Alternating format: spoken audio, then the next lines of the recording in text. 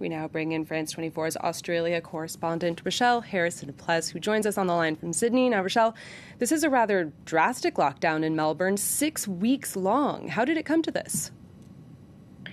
Drastic indeed. The confirmed COVID-19 cases in the state of Victoria, of which Melbourne is the capital, have been on the rise for the past couple of weeks now. The state declared a record 191 cases on Tuesday, and that fell slightly to 134 on Wednesday, but it was still the second highest number.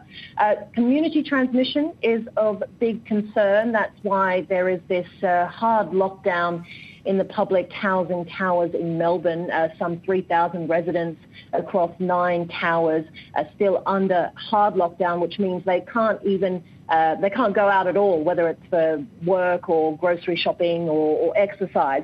But we do know that many cases from this new outbreak came from a breakdown in the hotel quarantine process in Victoria. That was handled by private security firms, staffed by guards who were not trained in infection protocol. And we know that there were breaches of that protocol, even local media reporting that some of those guards had inappropriate sexual relations with returned travellers quarantining in those hotels. It was such a fiasco that Melbourne is no longer accepting returned travellers from overseas. They're all being diverted to other cities to carry out that 14-day quarantine process elsewhere.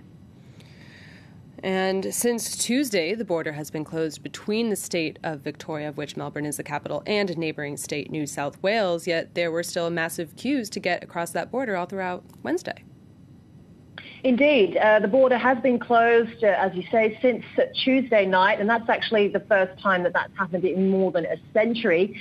Yet there were long snaking queues all throughout Wednesday. Some 50,000 people applied for a travel exemption to cross from Victoria into New South Wales to the north.